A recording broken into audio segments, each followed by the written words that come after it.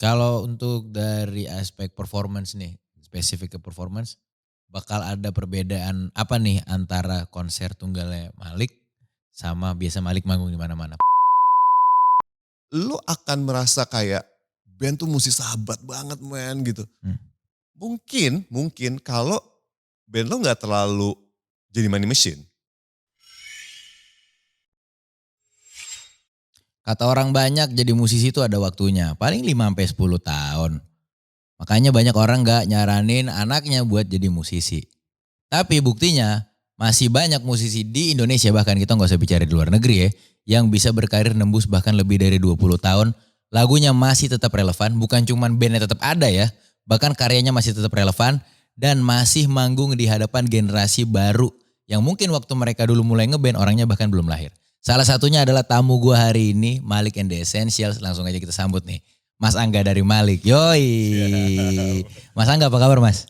Baik banget, Kabar alhamdulillah. baik ya Mas Angga. Masih puasa nih? Masih berusaha. Masih berusaha. Insya Allah. Mas Angga, ini pertama kali gua ke kantornya Malik. Ya. Madhouse. Madhouse. Tadi waktu gua pertama kali di Sherlock sama anak-anak, namanya Madhouse.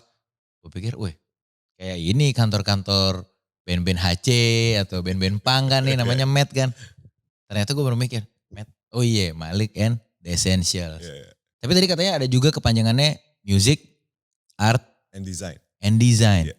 Ini Madhouse sebenarnya udah dari tahun berapa sih Mas? Ini baru banget.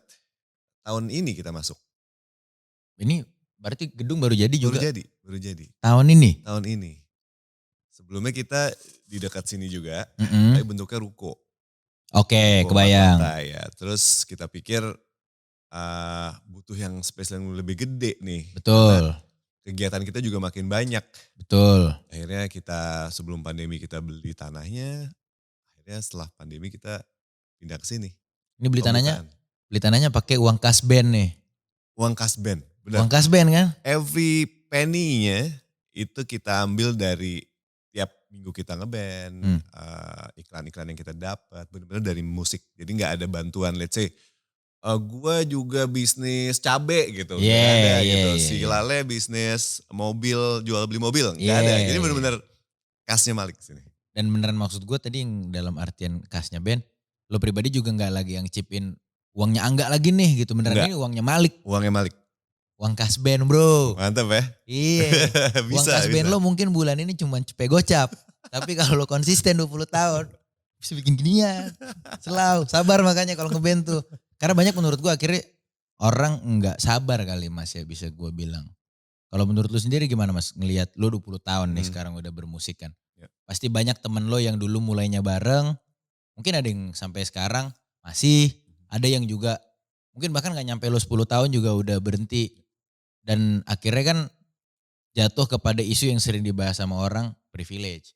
Kayak ada yang bilang, ya iyalah dia bisa nahanin ngeband, belum ada uangnya. Karena dia juga udah punya uang. Tapi kalau dari sendiri nih Mas Angga, orang yang udah ngejalanin ini 20 tahun, start dari tahun berapa tuh berarti 20 tahun? 2002. WSD kelas 1 tuh. Nah itu gimana tuh Mas lo ngelihat momen yang katanya ngeband tuh harus sabar gitu. Iya bener sih. Ini ada kan Malik 20 tahun berarti ada beberapa zaman yang kita lewatin. Betul. Ada zaman gue, ada zaman sekarang nih. Oke. Kalau zaman sekarang ini gue ngeliatnya emang kurang sabar sih.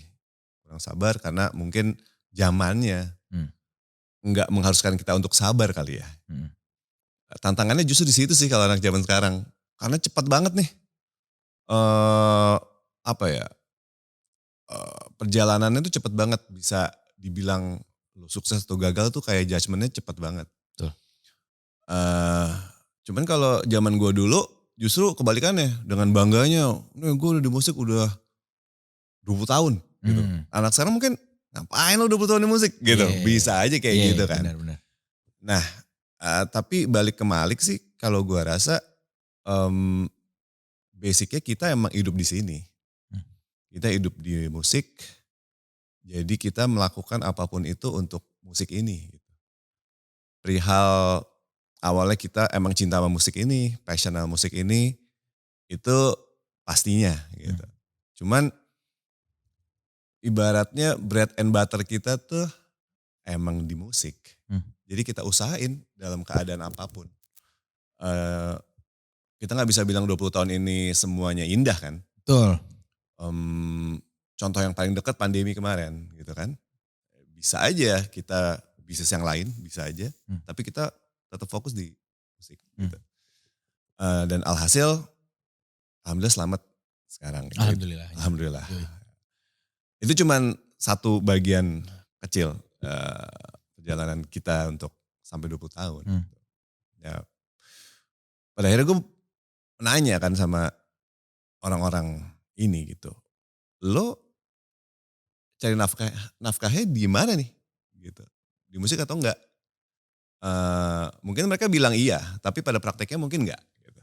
Jadi omongan sama prakteknya juga harus sejalan juga ya. Karena pada saat lo emang hidup di sini, ya tanda kutip apapun lo bisa. Lo willing untuk melakukannya.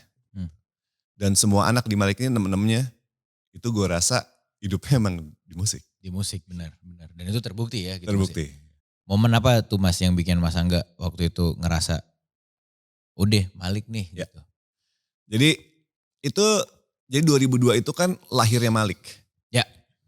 Sebelum 2002, gue udah masuk ke dunia musik sebenarnya untuk mempersiapkan sebuah konsep. Atau mikir nih mau konsepnya apa sih. Akhirnya 2002 tuh kayak dapatlah sebuah konsep yang bisa gue jalanin, which is Malik itu. Nah tapi belum tahu nih Malik jalannya kayak apa. Akhirnya kurang lebih 2 tahun. Jadi di 2004 awal lah kira-kira. Waktu itu kondisinya Malik mau rekaman album pertama. Itu desain sama label waktu itu? Enggak, masih indie. Swadaya ya? Swadaya. Sangat-sangat swadaya. Sampai barcode aja kita yang tempel. Yoi. Itu 5.000 CD waktu itu. Yeah. Kiriman pertama. Itu gak ada barcode ya bro. Jadi kita dikasih CD sama dikasih barcode. Tempel sendiri. Tempel nih. Yeah. Tempel wah gitu. Iya. Ya begitu. Jadi 2,5 tahun kira-kira kita malang melintang di kafe-kafe gitu. Untuk reguler. Terus akhirnya 2004 rekaman lah. Di waktu yang sama gue lulus kuliah terus mau ke Jerman waktu itu. Mau nerusin kuliah dan kerja di sana. Nyokap nanya, jadi gimana gitu. Waktu itu nyokap tuh udah ngeliat Malik nih ada potensi gitu ya. Karena kita udah punya duit dari situ. Cuman kan sekolah dan karir yang waktu itu ya formal lebih terlihat gitu. Iya. Musik tuh belum banyak ya. Betul. Contoh-contoh di masyarakat yang musisi bisa hidup lah. Betul. Jadi normal pertanyaan mereka. Oke, gue bilang ini sih potensi sih mah. Cuman gimana nih kita diskusinya, gue bilang gitu. Akhirnya dia bilang gini, oke gimana kalau kita coba. Kita coba dulu. Album ini diselesain. Kita lihat 1-2 tahun setelah album ini keluar. Seperti apa jalannya. Gitu. Kalau nggak berhasil, ya udah kita langsung ke Jerman aja. Gitu. Ya udah, alhamdulillah musiknya pecah. Dan kayaknya gue ngerasa nyokap juga nggak pengen gue ke Jerman sih. Dia pengennya gue ada di sini. Iya, ada sense itunya. Ada sense itunya. Jadi doa dia kayaknya lebih mengarahkan untuk album ini sukses gitu. Iya, biar anakku di sini aja deh, nggak jauh-jauh deh. Iya. Iya, kalau waktu itu gue ke Jerman ya nggak akan ada ini juga sih. Atau in a different way, gimana caranya. Cuman ya itu dia, on that day. Benar. Ya. Itu tuh jadi titik baliknya tuh ya Mas. Iya, karena menurut gue bukan cuman lo punya duitnya, tapi restu-restu dari orang sekitar tuh penting banget. Gue penting banget. Gue setuju banget. Energi lo tuh kan gak bisa lo harapin selalu ada di atas ya. Betul. Dengan adanya dukungan ini, lo bisa kembali kapanpun ke mereka yang mendukung lo, yang ngedoain lo itu untuk dapat energi lo balik gitu selama karir lo ini. Karena kan ya maksudnya selama lo berkarir, terutama kita bicara Malik 20 tahun, pasti banyak banget juga moments of despair. Iya. Moment of desperation, momen yang mungkin Maliknya enggak, tapi elunya mungkin sebagai personil atau elunya dengan masalah personal lu Iya. yang bikin performance lu dan lain-lain. Ya bener yang gue bilang, tanpa adanya restu atau persetujuan atau apa ya, ridho dari Ridho ya. orang-orang deket, terutama ayah, ibu, orang terdekat kita lah ya Iya, gitu. iya. Di saat ini semua lagi gak jalan sesuai ekspektasi, bingung banget nih harus balik kemana. Betul. Setuju. Dan itu menjadi support system lu Sangat sampai hari ini pun begitu. sampai hari ini. Sampai hari ini. Dan mereka sampai hari ini udah pengen banget nonton Malik sebenarnya secara reguler kayak dulu ya. Ya. Tapi kan kondisi mereka ya.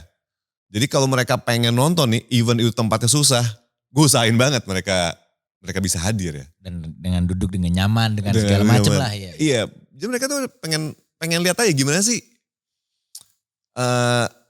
orang respon terhadap Malik sampai hari ini. Dulu tuh pas awal-awal mereka pengennya nontonnya di tengah-tengah penonton. Mereka gak mau di backstage gitu, gak mau. Iya, Karena mereka pengen, apa mau tuh pengen evaluate gitu loh. iya, iya. Apa respon penonton terhadap Iya. Malik, apa yang harusnya nanti dilakukan. Jadi pada saat besok kita ketemu, ngobrol lagi, kita ngebahas itu. Jadi mereka gak pernah mau di Di backstage. backstage. Mereka selalu di tengah-tengah penonton. Benar mau objektif nih. Iya, Mau di scrutinize lo. Iya, karena menurut mereka, kamu tuh mesti percaya sama mama papa. Karena kita tuh kalau ngasih evaluasi, masukan tuh, masukan paling murni. Kita tuh gak ada kepentingan untuk gimana-gimana. Benar. Kita pengen lo sukses aja gitu. Iya, iya, Jadi good or badnya tolong dipikirin, diterima, Betul. dijalanin gitu. Betul. Meskipun gue juga pas saat prakteknya gak semulus itu ya. Gue kan, kenapa sih kok Iya lah. gitu sih? Iya, iya. Anak muda. Iya, Iya, anak muda. Cuman emang dinamika diskusi gue sama nyokap bokap tuh sampai hari ini emang begitu. Emang begitu. Dan emang biasanya juga ini satu hal yang akhirnya gue baru ngerti dan ngertinya telat. Dan itu jadi makin ngebuktiin omongan bokap nyokap gue. Lo akan ngerti semua omongan gue, tapi ngertinya telat. Ntar lo ngertinya gitu. Semoga entarnya jangan terlalu lama sampai lo nyesel baru ngertinya telat. Itu yang selalu dia bilang. Betul, apalagi kalau lo udah punya anak ya. Lo makin paham banget kenapa nyokap bokap lo tuh kayak gitu. Akhirnya lo ngerti pakai kacamatanya dia nih sekarang nih. Yes. Ada berenam dan udah pasti kan gak bisa kita pungkirin dinamika berenam itu kan berganti-ganti ya. Kita gak bisa bilang pasti kalau berenam itu kedekatan antar satu sama lainnya ekuivalen alias rata. Kalau lo sendiri Mas, lo paling deket sama siapa? Gak ada yang paling. Oke. Jadi kebetulan gue itu waktu awal ngeband berpikir satu band itu harus bersahabat. Pada akhirnya gak bisa. Emang gue ada sahabat yang konco banget dari dulu di luar band. Sahabat kental ya? Sahabat kental banget. Kental manis? Kental manis. Kental manis. Kayak biji gitu ya. Iya. Itu ada. Gue pikir itu bisa temuin di band. Which is enggak. Oke. Kebetulan enggak gitu. Meskipun Widi itu adik gue. Iya. Jadi emang let it be aja. Kalau lo bilang paling dekat sama siapa, semuanya sama. Ada fungsinya masing-masing aja. Kebayang. Kayak misalnya gue sama Widi, ya pasti deket karena adik kakak. Tapi saling mengisinya itu pada saat kita ngomongin tentang Malik. Karena emang kita yang buat Malik, gue sama Widi itu. Terus kalau sama Jawa misalnya, dia itu yang tipe deep talk, suka ngebahas sesuatu sampai dalam banget. Atau gue suka tuh ngobrol lama sama dia tuh. Kalau ada apa, enggak, menurut lu gimana? Ngobrol lama. Sama Indah. Indah itu temen gue dari TK. Dia anak Al-Azhar juga. Oh dari Orok. Dari Orok. Iya dari Orok. Gue udah tahu zaman dia sampai masa puber apa segala macam. Akhirnya ngeband 20 tahun. Automatically ya deket lah. Pastinya. Sama Lale, dia tuh tipe yang mengenai hobi lah. Dia kalau hobi apa, intuit banget, detail banget. Gue suka ngobrol itu sama dia. Sama Ilman, dia pengen sekolah olahraga. Kalau kan gue main golf, dia juga suka golf. Oh Ilman sporty juga ya? Sporty dia. Jadi kita dekat juga di sini. Iya. Jadi sama nih, berenam ini. Kalau dari sisi gue kedekatannya. Ya. Kalau dalam dinamika hubungan lo berenam, balik lagi pengen gue kulik ya. 20 tahun tuh, gue gak tahu nih mungkin ada atau enggak. Karena kalau gue tanya kayak ada gak sih mas? Pasti ada ya namanya 20 tahun. Cuman ya gak ada yang pasti, makanya gue tanya juga nih sama lo. Adalah kayak gimana sih? Apa pernah ada suatu hari di mana ini kan walaupun bandmates itu mungkin bisa ditranslate-nya sebagai kolega ya, bisa kita bilang secara formalnya lah gitu. Cuman kan hubungan ber-20 tahun ini berjalan kan juga gak akan bisa berjalan selain karena kalian juga sebagai kolega menjaga profesionalitas kalian masing-masing, tapi juga as a friend tuh juga ada dong pastinya gitu. Tapi ada gak sih momen-momen dan seperti apa waktu itu momennya di mana terutama Mas Angga pribadi ya itu, karena yang bisa gue tanya hari ini cuma lo doang mas, yang lain gak ada nih hari ini di sini. Ada gak ngerasanya lo kayak hari ini gila nih teman-teman band gue kolega banget nih gitu? Sangat. Sebatas kolega nih, ini lagi fase-fase lagi sebatas kolega. Iya. Bukan hanya satu hari, itu banyak sering terjadi sih. Sering banget mas? Sering banget. Itu hal buruk gak menurut lo? Enggak, itu enggak, sama sekali enggak. Oke. Itu normal. Apalagi Malik itu sekarang nih kalau gue ngelihat in a positive way, kita udah jadi money machine. Ya. It's money machine. It is. Gue yakin anak-anak itu bertahan di sini juga karena itu. Salah satunya. Menjadi faktor besar bahkan. Iya. Kalau kita ngomongin berapa faktor, mungkin di 3 besar. Dia ada lah. Dia ada, udah pasti. Di gua pun begitu loh dong, sama Fair-fairan. aja gitu. Fairnya seperti itu. Jadi pada saat lagi hektik, semua kan punya survival mode sendiri. Pada saat lo mengharapkan energi dari salah satu dan mereka nggak ready untuk itu, ya itu gue ngerasa seperti itu. Dan gue mencoba untuk toleransi juga, oh dia capek juga gitu. Belum lagi mungkin ada masalah di luar band ini. Semakin sering kita ketemu dalam kondisi manggung, berarti kan kerja. Betul. Sebenarnya itu yang terjadi. Gitu. Justru kita tuh regroupnya, mencairkan suasananya lagi justru di momen-momen kayak ada yang ulang tahun. Ulang tahunnya Malik, ada acara-acara besar event-event yang kita buat sendiri untuk kembali, kita ini bukan cuman kolega loh, kita juga teman, sahabat, keluarga yang terbentuk karena ini semua. Jadi up and down hubungan itu selalu kita jaga tuh dari sisi bisnis dan pertemanannya. And family gitu. Tapi ya yang pertanyaan lo tadi sangat sering terjadi dan which is itu normal dan enggak buruk. Ya itu dinamika aja gitu ya. Itu dinamika dan itu bagian dari konsekuensi dari apa yang Malik capai sekarang juga. Gitu. Lo akan merasa kayak band tuh mesti sahabat banget men gitu. Mungkin kalau band lo gak terlalu jadi money machine. Lo tuh tiap manggung, misalnya lo manggung sebulan sekali. Lo kangen dong, kangen ngeband gitu loh. Tapi kalau manggung tiap hari, lo gak kangen ngeband lagi sebenarnya. Fair. Ada saturated point-nya jadinya. Itu udah, definitely itu udah normal terjadi. Di Malik, kayak kita normalnya nih, bukan normal, biasa terjadi nih. Udah lewat tengah tahun, habis lebaran nih. Kita bisa 15 sampai 25 kali kita manggung sebulan. Sebulan ada 30 hari, 25 hari. Itu kan ketemu dia lagi kan. Terus mau apa gitu. Udah sisi sentimental ngebandnya tuh udah gak ada sebenarnya. Jadinya kolega dong. Betul. Gua gak boleh falas, gak boleh ini, lo juga begitu. Betul. Di panggung kita within 1 jam itu kita saling support. Profesionalisme lah. Di luar itu, lo mau tidur, lo mau main HP, lo mau pacaran, terserah. Masing-masing. Masing-masing aja. Do your own thing untuk nge-recharge energi lo. Biar waktu di panggung kita saling support lagi. Betul. Nanti kalau udah kayak gini nih, masa-masa Ramadan ini kan gak terlalu hektik nih. Mm-mm. Nah kita baru cari-cari kegiatan yang bareng-bareng kayak buka bareng lah. Atau ada ulang tahun, kita makan-makan yuk. Nah itu di situ bisa ngobrol yang lebih Personal. personal. Iya, Ya. iya. Jadi emang kitanya sendiri juga harus bisa misahin konteks ya. Iya. Profesional, being personal ya. Even gue sama Widi lah, adik kakak.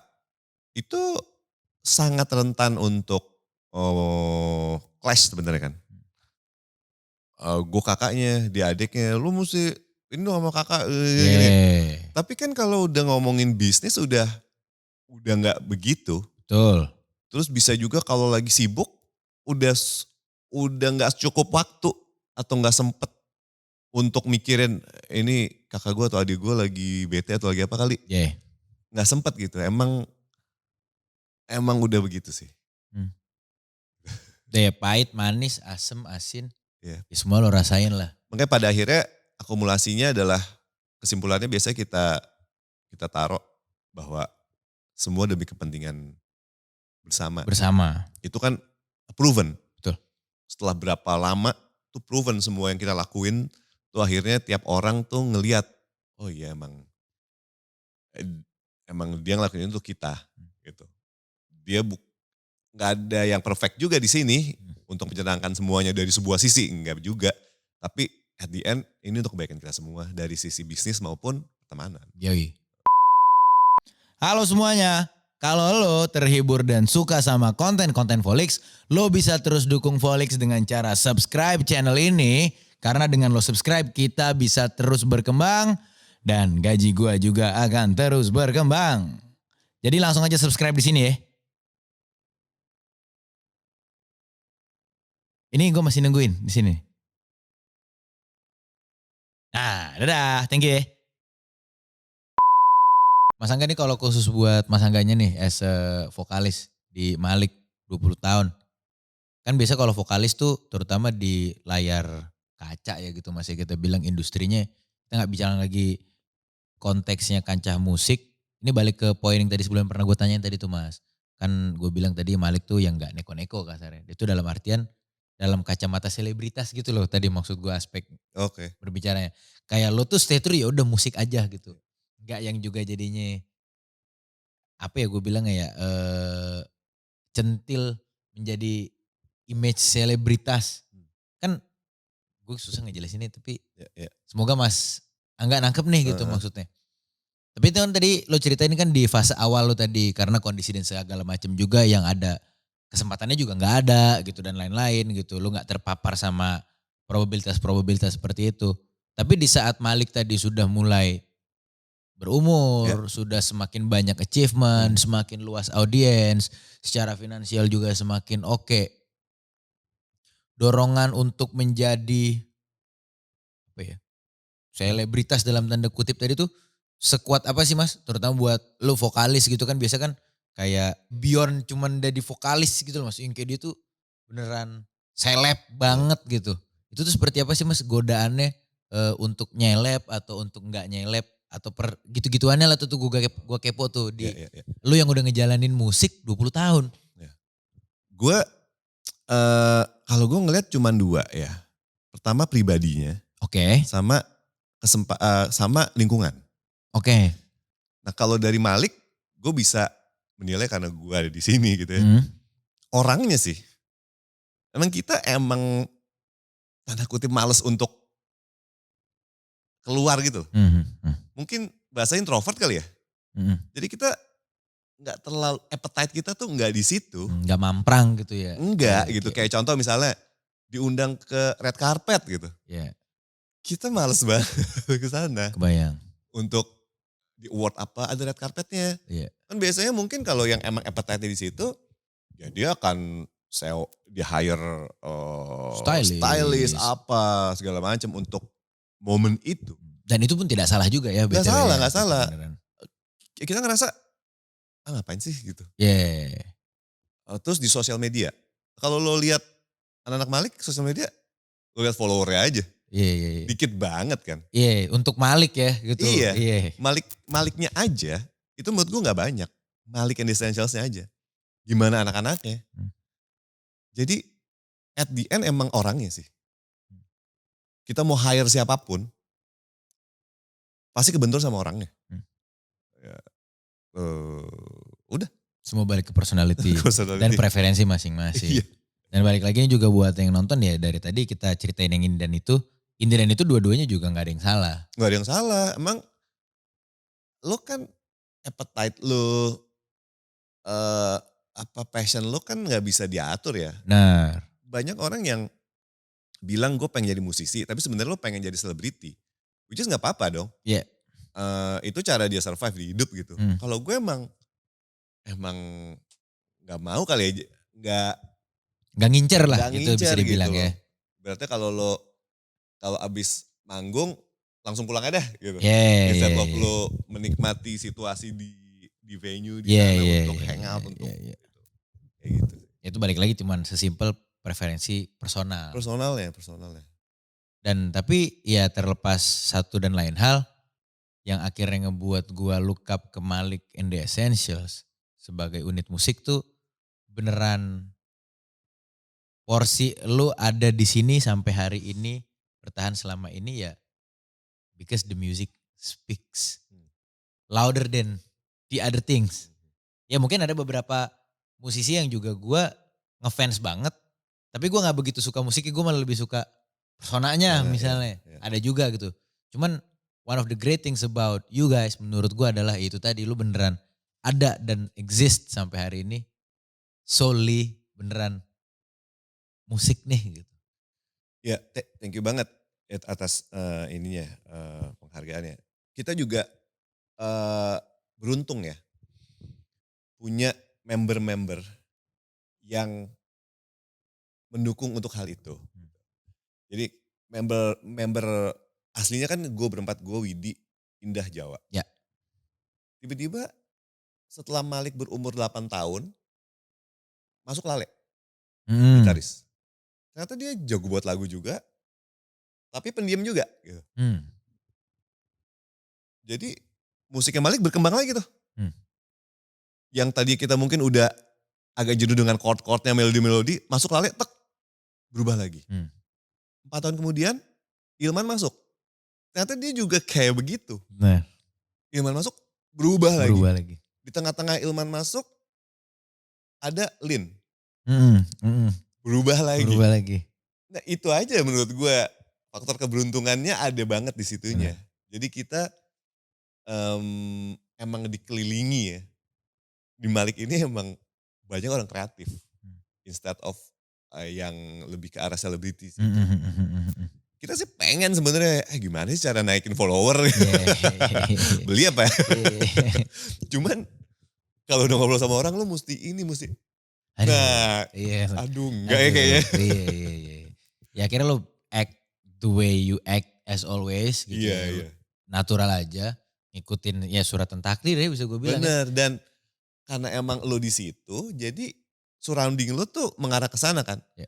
Kalau bisa dibilang, kalau lu bilang lewat musik kita bisa 20 tahun. Bisa ternyata. Di musik itu ternyata banyak banget elemennya kan. Betul. Ya lu ngomongin instrumen aja. Ini udah berapa biji nih di sini? Berapa biji gitu. Belum yang di belakang kamera, belum yang sana sini. Betul, ini baru keyboard ya. Bener. Belum gitar Lale. Belum bassnya. Belum bassnya segala macam. Ya ternyata 20 tahun belum habis-habis juga. Iya. Kalau emang lo mau ngulik gitu. Mau explore ya, never stop exploring. North Face, yoi. Itu boleh iklan tuh North Face tuh, next.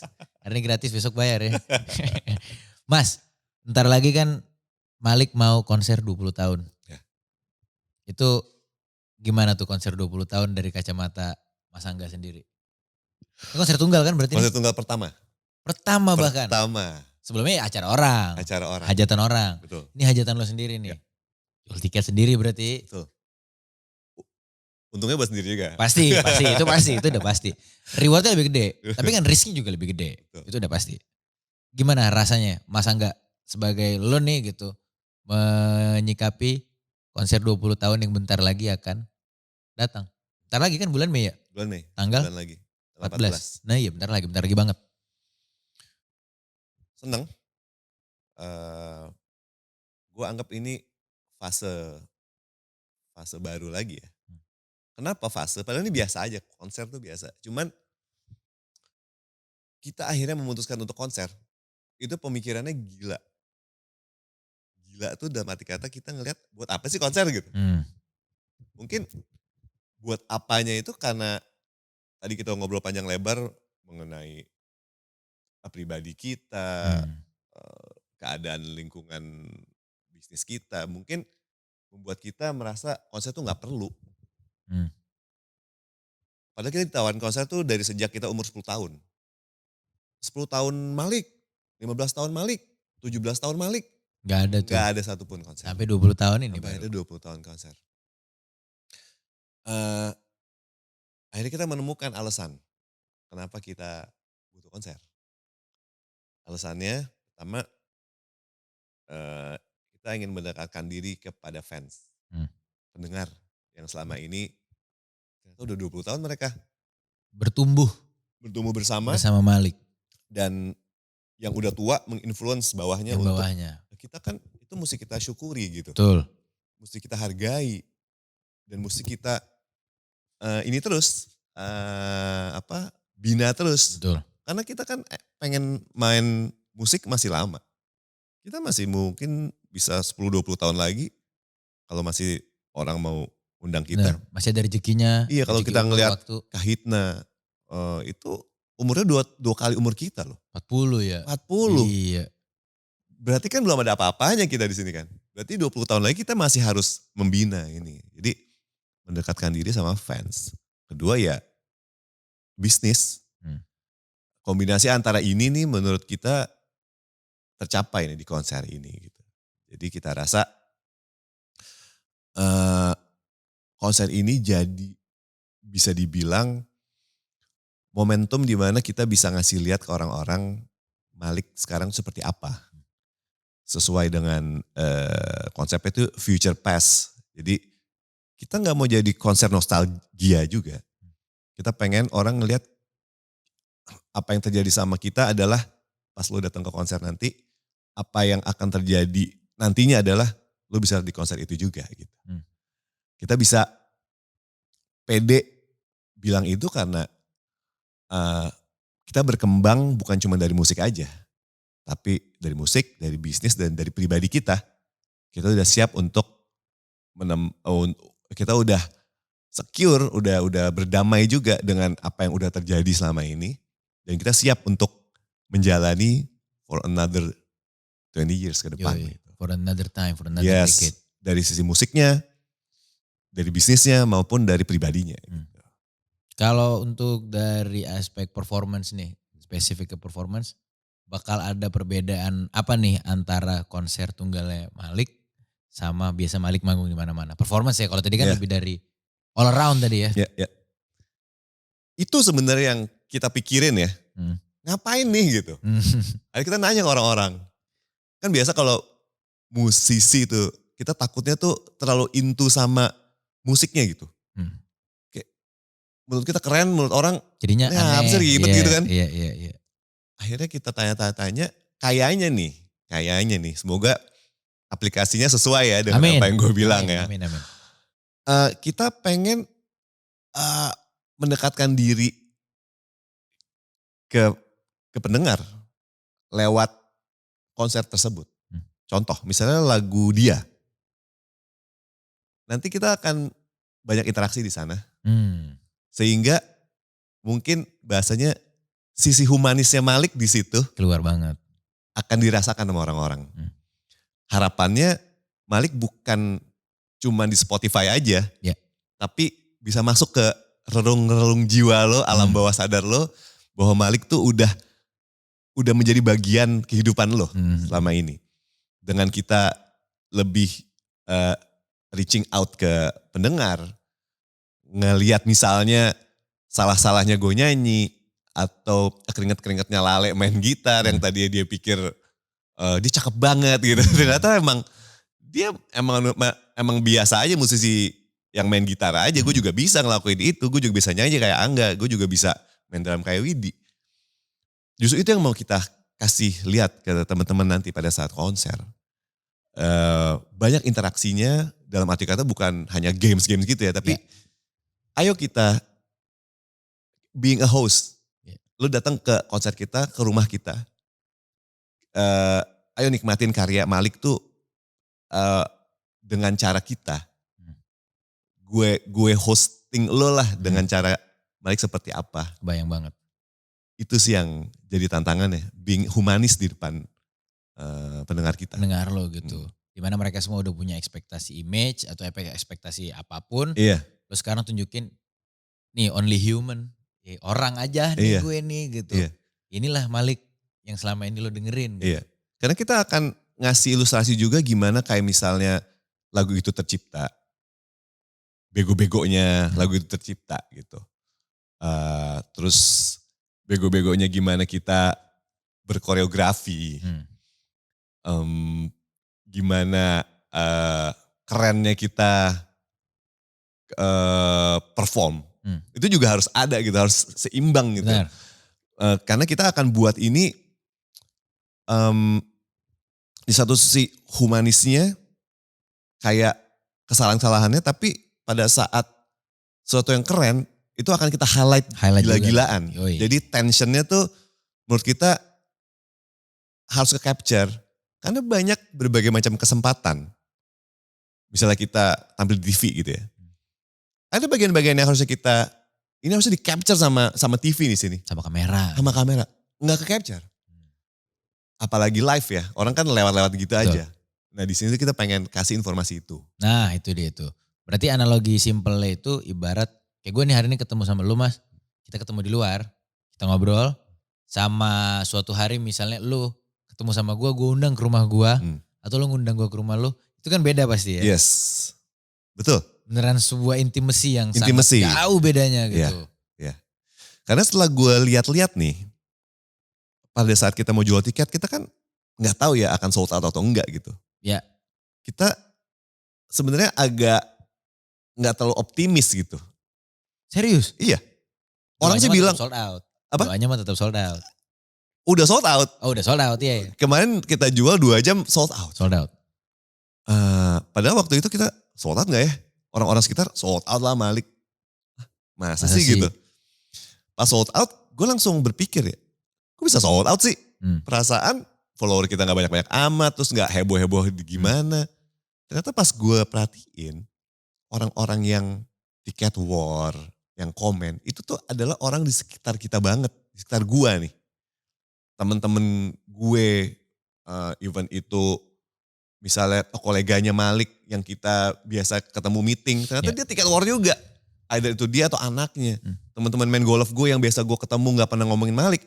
Tiket war juga gitu. Yoi. Terus gue ke Starbucks, di drive-thru-nya Starbucks, dia tiket war juga gitu. Jadi emang ternyata deket banget Malik sama kehidupan sehari-hari masyarakat yang gue jalanin.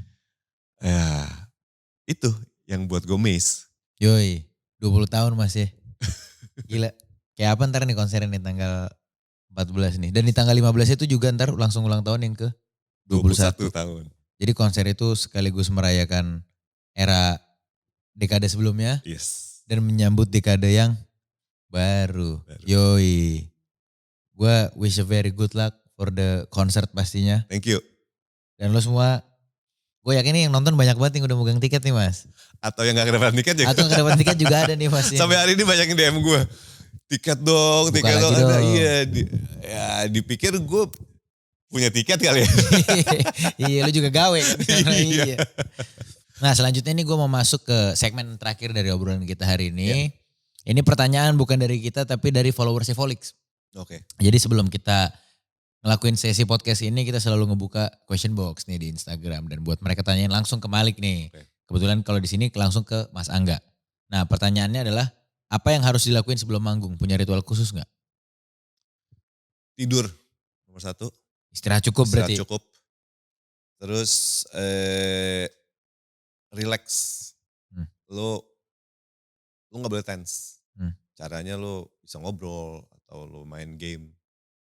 Dan yang terakhir untuk teknis pemanasan. Gue ada humming, ada twirling kayak gitu. Biar gue tahu posisi nyanyi itu di mana. Placement udaranya gitu. Sehingga nggak crack ini, nggak tense di leher Di lu. leher. Jadi kalau besoknya konser lagi juga suara nggak habis Iya. atau nggak seret Betul. gitu ya. Penting banget tuh soalnya tuh untuk ngejaga apa sih itu namanya? Durability ya. Durability. Iya, Iya ibaratnya kan. kalau balap kan lo kayak rally nih, bukan Betul, sprint gitu. betul. Yang kedua, dari @anggita Gita Git. Mas Angga suka bete gak sih kalau abis manggung dimintain foto sama cewek-cewek? Enggak dong, Enggak dong, happy dong. dong, Iya, masa happy dong. bete? Gue termasuk open banget kalau dimintain foto setelah manggung langsung gitu. Karena gue punya pengalaman. Ini pengalaman gokil banget sih menurut gue. Gimana tuh Mas? Jadi gue pernah lagi manggung di Jogja. Oke. Gue lagi manggung, gue lagi nonton performer sebelum kita. Heeh. Gue lagi di belakang panggung lihat, tiba-tiba ada orang nyamperin gitu. Oh, Mas Angga ya gini. Kayak fans gitu kan. Iya. Gak tau kenapa dia bisa masuk ke situ Ke pit, tuh iya, gitu. masuk ke pit. Terus akhirnya gue bilang, lo tinggal di mana gitu. Lo anak Jogja, lo tinggal di mana? Enggak Mas, saya di Tegal. Hah? Oh Tegal. Tegal tuh berapa lama dari sini? Gue pikir kayak ke Bogor atau ke Ke Sentul. Bandung lah sejauh-jauhnya gitu. 7 jam men. Gokil ya. 7 jam dia naik motor, mau Buat nonton ketemu lu. Malik. Itu menurut gue, kalau ampe dia minta foto, gue tolak. Kalau Wah. gue tahu tuh gue nyesel banget. Si Raja Tega sih. Raja Tega. Iya, si Raja Jadi Tega. gue asumsikan semua yang minta foto sama gue Dari Tegal. dari Tegal. Walaupun lo lagi di Tegal. Iya. Tapi ya penting sih karena kita nggak tahu terkadang momen itu mungkin buat kita sekedar foto gitu. Iya. Tapi buat dia kita nggak tahu itu seberapa Meaningful ya. meaningfulnya Iya. dan seberapa signifikan itu momen bisa jadi pemicu dia untuk lebih semangat lah, lebih Bener. kita nggak pernah tahu kan gitu. Kita lanjut Mas ya. Yang ketiga tuh ada Malik kalau bikin lagu inspirasinya dari mana? Dari mana Pengalaman kita sih keseharian aja ya. Kita gak pernah tuh buat lagu harus bertapa dulu kemana sih? gitu. Yeah. So far sih belum. Pengen sih, tapi gak pernah kejadian. Pengen nyobain ya, Pengen metode nyobain, baru. iya. Tapi yang terjadi justru misalnya ada kisah-kisah yang seru dari anak-anak atau dari temennya anak-anak. Langsung dibuat lucu-lucuan, dibuat jadi gitu. Atau lagi di kantor, siang-siang jadi. Ataupun bener-bener deadline, kita mesti buat nih lagu yang kayak gini. Ya udah, baca buku. Oh ini nih. Sikat, Langsung referencing aja langsung, gitu iya. ya. Terus tuh, nah ini seru nih pertanyaan nih dari Muiz. Sekarang di radio lagi banyak lagu Malik. Tapi kok yang nyanyi bukan Malik nih belakangan. Nah lagi banyak tuh emang Iya tuh. betul. Ada Rahmani Astrini. Iya. Terus ada yang gue dengar tuh ada Rahmani Astrini. Raffi Sudirman. Terus ada siapa lagi ya kemarin ya? Ada 5 kan kalau gak salah? Ada 5 kan nah, ya. iya. Itu tuh gimana tuh Mas? Iya jadi ini project kita sama Warner. Jadi Warner itu kan partner lama kita. Label pertama kita waktu itu kerja sama Warner. Terus tahun lalu kalau gak salah ngobrol lagi. Apakah ada yang bisa dikerjakan bareng sama Malik? Kata Warner. Karena mereka masih pegang rights kita kan yang album 1-4 itu gitu. Terus dia merasa ayo dong kita melakukan sesuatu lagi gitu. Kita udah kerjasama lagi, ditandai dengan adanya kolaborasi lagu Malik dengan artis-artisnya Warner. Terjadilah 5 lagu tersebut. Yoi. Gitu. Nantinya Malik akan ada karya lagi under Warner. Cuman sebelumnya ini dulu nih. Ini dulu nih perkenalan kita sama Warner lagi lah setelah berapa tahun? 10 tahun lebih kita berpisah. Akhirnya kita kerjasama lagi. Pemanasannya lah. Pemanasannya. Ya. Mukaddimah. Dan banyak gue terakhir kemarin di festival mana gitu. Ada konferensi pers gitu. Banyak yang berpikir Malik tuh featuring di lagu itu. Padahal enggak. Padahal itu lagu kita. Di rework. Di remake gitu Iya kan. di rework. Tapi bagi anak zaman sekarang justru kita yang featuring di lagu itu. Di lagu Raffi. Iya. Gitu. Dan menurut kita itu berhasil berarti. Karena kita emang pengen lagu-lagu kita menginfluence semua generasi kan. Kalau itu datang dari Raffi atau dari Rahmanias, siapa tadi? Astrini gitu. Itu kita happy banget. Karena postingan-postingan mereka gitu pas gue lihat emang seru-seru aja, seru-seru banget gitu. Vibe-nya beda, cara pembawaannya beda. Dan faktanya tadi ada orang yang hampir ngira itu lagunya lagu mereka, berarti lagunya berhasil dibawain sama mereka dong. Betul, cocok berarti. They make the song them gitu. Betul. Didiain gitu jadi. Kalau perlu lebih bagus dari kita. Mantep. Itu tuh menjawab ya berarti ya kenapa di radio lagu Malik banyak, tapi yang nyanyi bukan Malik. Terus ini jadi pertanyaan terakhir hari ini Mas, berarti nih. Kalau Mas Angga suatu hari manggung cuman boleh bawain satu lagu doang. Dimanapun manggungnya nih cuman boleh bawain satu lagu doang. Lagu apakah itu? Cuman boleh satu ini doang nih. Yang lain udah gak boleh lagi dipanggungin. Dari semua katalog yang ada.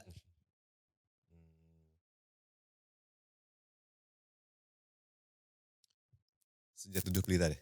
Senja Teduh Pelita itu jadi pilihan lagu Mas Angga ya. Kenapa tuh Mas? Itu jadi satunya. Kalau dari sisi teknis, itu bisa dinyanyiin secara solo. Jadi gak harus ada backing vokal. Melodinya juga memungkinkan lo untuk dapat dinamikanya secara solo gitu, secara sendiri gitu. Terus lagu itu kayak irisan terbanyak dari karya Malik dari 1 sampai 8 album kita, irisan terbanyaknya itu ada di lagu itu. Jadi gue bisa merasakan rasa album pertama, kedua, ketiga, sampai album 8 di lagu itu. Semuanya nongol. Semuanya gitu. nongol. Jadi cukup representatif, ya. Walaupun satu lo bisa ngerasain semuanya jadinya. Dan terakhir lagu itu hits banget. Lagu itu yang menyelamatkan kita setelah sekian lama kita gak punya single yang kuat. Sejak album musik pop tuh, Himalaya 2014-2015, kita keluar 2017 album, tapi biasa aja. 2019 kita keluar sama lagu itu. Iya. Jadi setelah 5 tahun kita akhirnya dapat lagi. Wah kita selamat nih. Selamat kita. Mas Angga thank you banget hari ini. Ngobrolnya kita asik banget dari tadi. Dan gue nih Bass Boy selaku host acara ini dan tim Volix juga kita mendoakan the best of luck buat konser 20 tahunnya Malik. Semoga Malik ada terus. Amin. Sampai lu yang gak ada. Ya, amin. Sampai orangnya gak ada baru bandnya gak ada ya semoga ya. Dan buat lo yang nonton jangan lupa dong untuk datang. Walaupun tiketnya udah habis sih. Tiketnya udah habis nih BTW nih. Tapi nanti ada katanya mau dibuka lagi beberapa ribu. Oke. Jadi kita lagi ngegeser-geser booth-booth nih untuk nambahin tiket gitu. Bisa ada spot lagi. Oke, berarti buat lo yang nonton jangan lupa pastiin lo pantengin terus media-medianya Malik. Karena semoga akan dibuka lagi nih. Jadi kebenaran ini ada dibuka tiket lagi. Dan lo dapat kesempatan buat nonton konser 20 tahunnya Malik. Yoi, kalau gitu gue Bass Boy undur diri bersama tamu gue hari ini Mas Angga dari Malik. Saying bye. Bye-bye. Hai, gue Angga Purwadireja dari Malik Essentials. Jangan lupa untuk saksikan episode Viniar yang lain. Dan juga subscribe YouTube-nya Volix.